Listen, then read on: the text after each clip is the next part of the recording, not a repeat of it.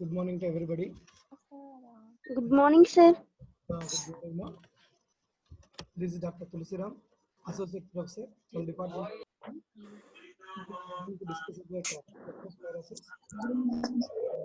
So let me discuss about leptospirosis. Leptospirosis is by introduction, leptospirosis. You already know that it is a zoonotic. It is transmitted by rats, and there are a number of wide asymptomatic cases to symptomatic and severe fulminant cases. And can be diagnosis, and we can treat the patient. This is a junior disease and is more common in rainy seasons. Let me discuss the topic in these overheadings. Introduction, history, scope of problem, epidemiology, signs and symptoms, diagnosis, treatment, and so on the slide on the slide right side, you can see the leptospirosis staining, where the organisms look like a pin, hair pin. You can see very clearly hair pin with a two pointed heads, two heads. So you can see two heads with a hook-like structures, and we are not able to see flagella here. We are not able to see flagella here. So this is a leptospirosis, which is still an important staining. And with introduction, the leptospira is an acute arthropod zoonotic disease of global importance. It is also called by several names. It is called by field fever or 7 days fever or cane fever or rat catchers fever or periodic fever.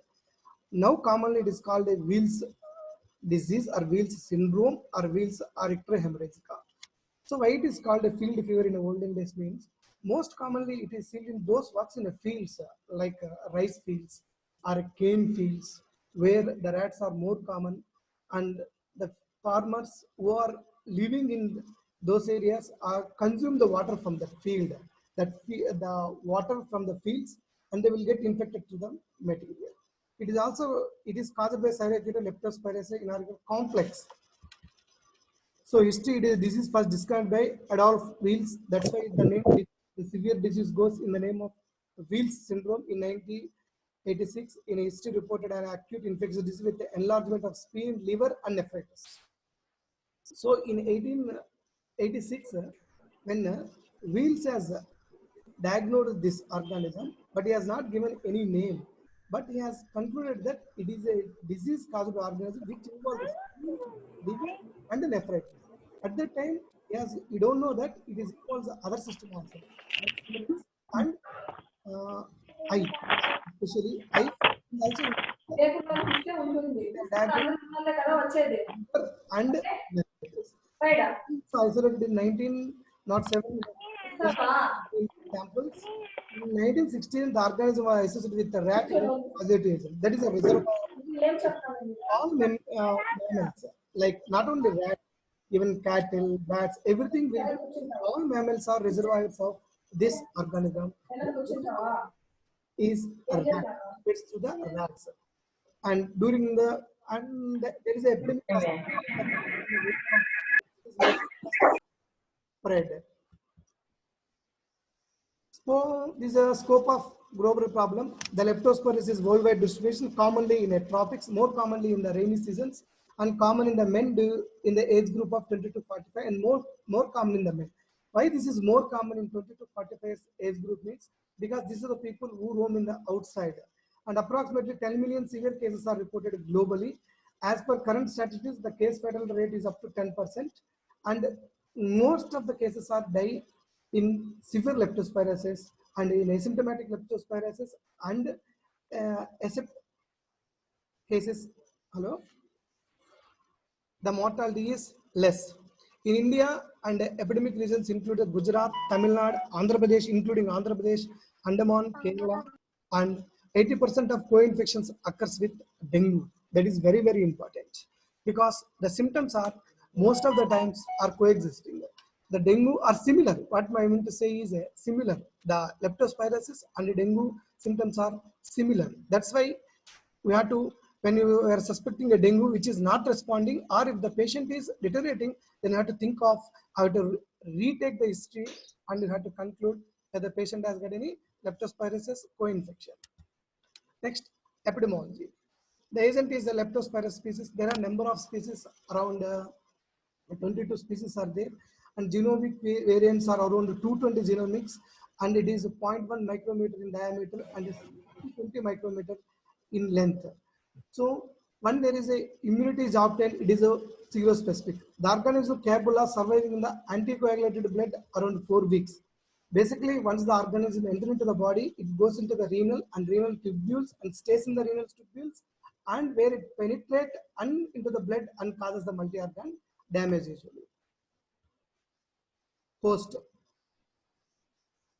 So what I said is a source, what everything. Okay. Next, this is pathogenesis. Transmission is by direct contact, indirect contact, or a droplet infection. It is very, very important how it spreads. You can see the rat there, that is a mammalian species, and a leptospira in the urine of the rat, which is contaminates the urine of the water, tank water, or river, whatever. So the urine contaminated with a rat urine contaminated with leptospirosis will be spread into the these, that is contaminated water, mud, and soil. So who are at risk means risk factors are planting people, hunting people, guttering people, and a wedding and skimming and fishing and bathing, harvesting. And see, all these are outside field. Outside field workers are more affected rather than inside. So this is the people who get infected with because of infected leptospirosis urine. That is a source. So here is symptoms. So how it enter into the body means after of the source enter into the body, basically it does not affect the intact skin, or it goes through the eye, that is mucous membrane, or into the stomach where there is erosions, where it penetrates into the body and leptospiremia, and finally goes into the renal tubules. From there it will spread into the body and causes leptospiremia. Leptospiremia. That is first phase. Later phase is after 7 to 14 days, there is a formation of antibodies.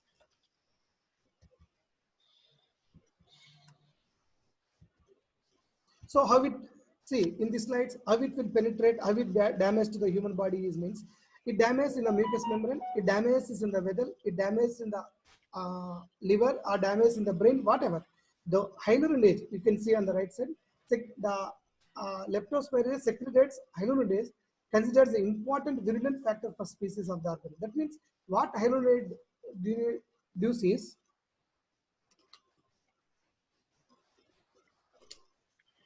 it damages mucous membrane and helps in penetration of the leptospira into the body. So once it penetrates into the body, it causes endotoxins, leptospiral endotoxins, and other proteins are released. Endotoxins causes endothelial injury and disturb the endothelial barrier. That is very, very important in the vessels. In the vessels of any part of the body, like brain or liver or kidney. Once there is an endothelial damage, there is an aggregation of platelets, which causes coagulation abnormalities, or which causes leak of the fluid and causes hypovolemia and causes further severity of the disease, further increase the severity of the disease. Promotes platelet aggregation and capillary and hypotension. Hypotension here is because of hypovolemia, because capillary leak. Signs and symptoms. So here common symptoms and phases of the disease. We divide into two parts. So the common symptoms here are, so the patient will be asymptomatic, mild symptoms, severe symptoms. Asymptomatic patients will be carry the organism and infect the other people, and mild symptoms in the form of like influenza, like fever, cough, cold, and body pains and headache, especially orbital pain and headache, and the patient will become asymptomatic again with the treatment or without treatment, and severe cases. So the common is the fever, retroorbital pain, rash, headache, muscle pain, conjunctival suffusion. That is very, very important. That conjunctival suffusion is very, very important, because a patient with a fever, chills and rigors, with a headache, with a periorbital pain, with a conjunctival involvement, with a hepatic involvement, the first possibility in tropical country is leptospirosis. Occupation is what I have said, like sculptor, or a person is working in a meat poultries, or a person is working in a field. If you present with these symptoms plus conjunctival suffusion, you have to think of the patient has got leptospirosis. So this is multi-organ involvement. So in multi-organ involvement, it involves ocular, renal, cardiac, pulmonary, and CNS. Basically, the leptospirosis symptoms are divided into, or clinical symptoms divided into two types. One is icteric symptoms and icteric phase. Icteric means jaundice. Icteric, you know that. Icteric and icteric phase. Anicteric phase again divided into two phases. One is meningeal involvement without meningeal. In icteric, the characteristic phase is where it involves a multi-organ. This slide is an icteric phase slide when it is anicteric phase. Anicteric phase is means most of the time asymptomatic monthly. There is a two types in anicteric phase. One is another is symptomatic. The patient will have a severe passes away. But in symptoms, meningeal involvement, non-meningeal, that causes aseptic meningitis. That is the second phase of the disease in that phase, and meningeal involvement in other phase. In without meningeal involvement, the patient will have simple symptoms like body pains, like symptoms like cough, cold, body pain, headache, eye, congestion. Without involvement of CNS. This phase lasts for 1 week. After 1 week, the antibodies will be formed in the body. That is called immune phase. In immune phase, the special feature is the patient will have a involvement of meningeal involvement or meningitis feature in significant percent. And the remaining patient will have asymptomatic meningitis. But when you do the LP, the LP will suggest to have infected pathology in the form of pleomycosis. So anicteric phase and icteric phase. In icteric phase, this slide in a case of multi-organ involvement. This is multi-organ involvement means an icteric phase where the primary involvement is liver with blood and blood. That's what there is another way. The ocular will be there with the conjunctival bleeding, conjunctival suffusion, and uveitis. The uveitis will be acute or chronic with the iritis, everything, and GIT involvement in the form of jaundice, diarrhea, bleeding. And the renal involvement, the patient will have hematuria, tubular injury, that is necrosis, interstitial and electrolyte imbalance, hypovolemia, and where the patient needs dialysis, where the patient needs dialysis. In the cardiac, this is a cardiac involvement is very rare. It causes myocarditis and arrhythmias, hypotension. So most of the times, once there is a cardiac involvement, the patient will have death. Pulmonary involvement, pulmonary hemorrhage and involvement. In pulmonary involvement, what is you see on the disease ARDS, ARDS. No, what it commonly means there will be a damage. How the ARDS occurs means it is not the inflammatory ARDS. The specialty in leptospirosis, it is not the inflammatory ARDS. Because of endothelial damage that is caused by endotoxins of leptospirosis, which causes leak in the vessels of lung that leads to leak, hemorrhage, small hemorrhages in the lung that leads to ARDS. That's very, very important. The patient will, in the lung, the patient will have mild to severe symptoms, mild in the form of a common cold or throat pain, and in severe symptoms in the form of streak hemoptysis or hemoptysis, or the patient on autopsy will show pulmonary hemorrhages. Okay. CNS, aseptic meningitis and delirium. Already I have discussed about aseptic meningitis and meningitis both. Most of the times, the patient will have aseptic meningitis and faces intubation. So the incubation period is 2 to 38 days, acute febrile phase, acute septicemic and leptospasmic phase 1 week, and disappearance of the symptoms and appearance of the antibodies, and remaining asymptomatic for 3 to 4 days. So the second line is very, very important here is, see here, the second phase, leptospasmic phase, more severe than as a So this slide shows simple one-word explanation for this slide is here the leptospirosis a biphasic fever. It is a biphasic fever. Biphasic fever. Bi means two, phasic means two phases, fever. That means the patient will have two phases of fever. See in the third line, it is there is a disappearance of the symptoms. Initially, the patient will have a symptoms for one week and a gap of 3 to 4 days where the patient will asymptomatic. In that asymptomatic phase, the patient will have antibodies formation, and later after 3 to 4 days, the patient start the second phase, a leptospiremic phase, where the patient will start again developing multi-organ failure along with fever. That's why it is a biphasic fever. That's why it has to be differentiated from other biphasic fevers. The most common biphasic fevers is in India is dengue. So this is what I said: convalescent stage, acute stage, and uveitis, infestation, nephritis, laboratory. Next, coming to the diagnosis. Very simple diagnosis. The gold standard for diagnosis is isolation of organism either by culture or detection of PCR or silver staining and isolation. The samples has to be carefully selected after the first week and okay, that is blood and CSF. It will stay up to 7 to 10 days. Urine more than a month.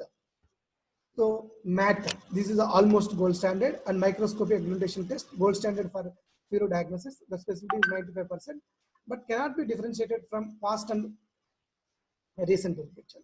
A titers of 1:200 with a support 2 is 3 and 4-fold increase in the titan concentration after 1 week is a diagnostic.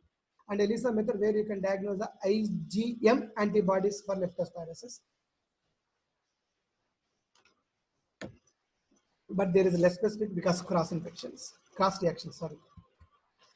And other investigations for routine investigations as a complete blood picture, anemia, thrombocytopenia, leukocytes, and increased prolactin, elevated liver parameters when there is a liver involvement, and elevated renal parameters when there is a liver involvement, and CK-MM fragment. This is very, very important because the leptospirosis should be differentiated from other disorders like dengue, malaria, and other typhoid fever or other tropical fevers where there is a biphasic pattern.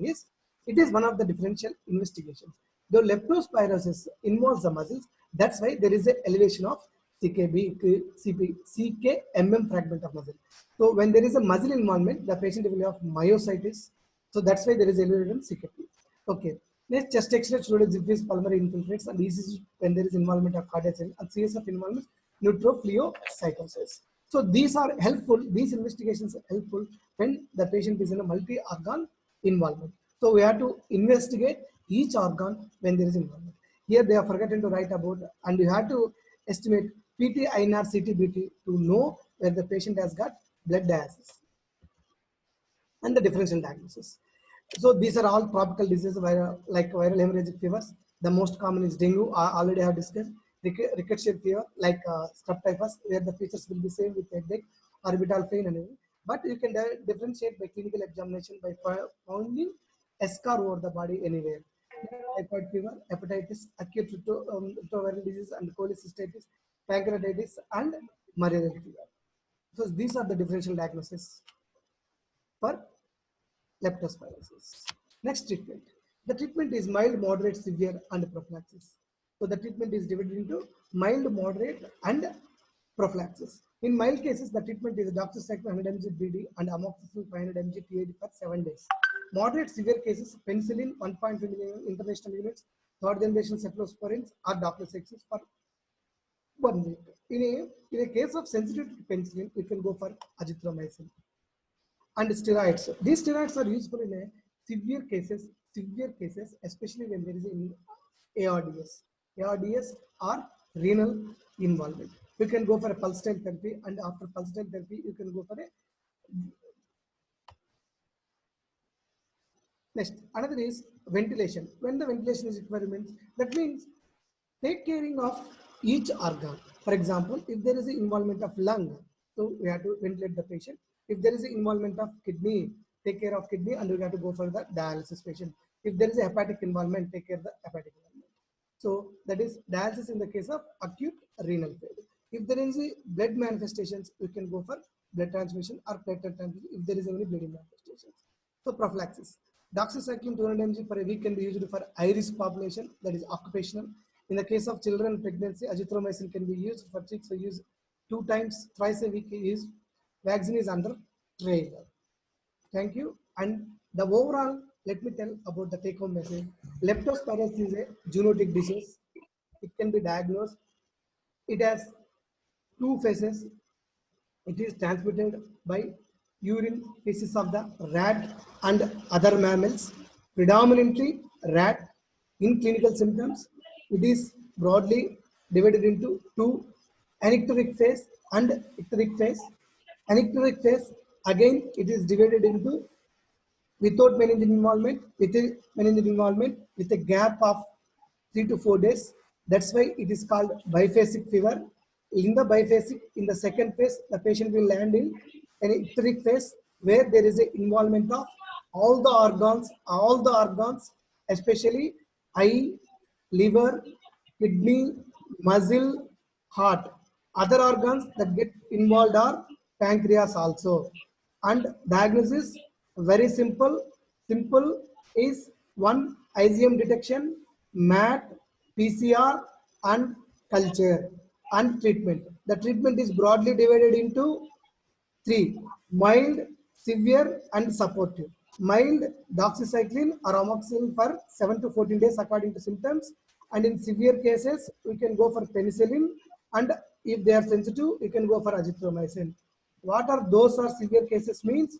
Those involvement with a multi-organ involvement like liver, kidney are called severe cases where you can go for steroids also.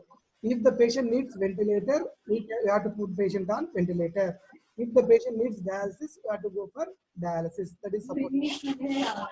But the most common disorders are tropical diseases, tropical countries like dengue, typhoid, malaria, scrub typhus,